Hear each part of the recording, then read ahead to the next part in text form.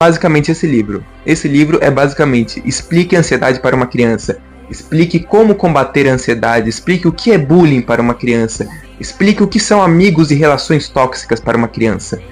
Esse é o livro.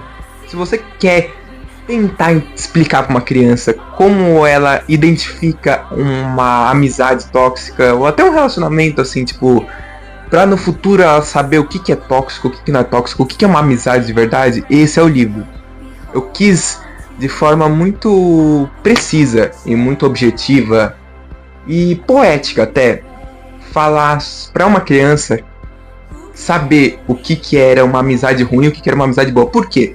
Porque, justamente como eu falei, só que esse livro eu me inspiro muito nas coisas que eu vivi naquela época que eu sofria bullying.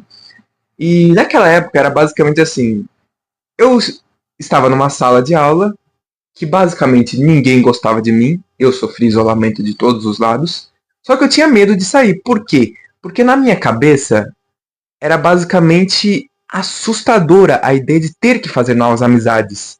Então eu preferia ficar com meus pseudo-amigos, pseudo significa falso, preferia ficar com meus pseudo-amigos e do que ter que conhecer, porque a ideia de conhecer gente é horrível pra mim. Digamos que eu tinha bastante ansiedade social, tinha fobia social naquela época. E pra mim era aterradora a ideia de ter que sair daquela sala, ter que me predispor a falar, nossa, eu vou ter que conhecer outras pessoas. Como eu faço isso? Eu não faço ideia de como eu faço isso. Gente, não fazia sentido eu ter que conhecer outras pessoas. Esse livro trata exatamente disso, de um garoto que tem um grupo de amigos. Tem aquele grupinho de meninos, sabe? Só que eles não são amigos legais para o Nathanael. E aí a história vai decorrendo com o fato de que ele vai percebendo que esses amigos não são bons. E tudo isso com a ajuda de uma amiga, que no caso é a Isa, a outra protagonista dessa história.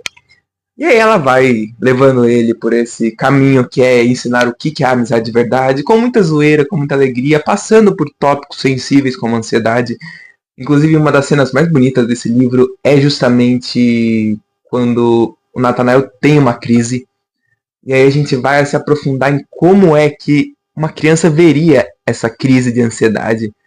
E é lindo, é lindo, é lindo. É muito simples, é uma história muito simples. É uma história, assim, que você vai terminar de ler em poucas horas. Mas pra mim, no meu caso, eu falando, pode ser tipo, tô vendendo meu peixe, assim, você pode falar. Mas não, porque essa história, ela é pra você pensar.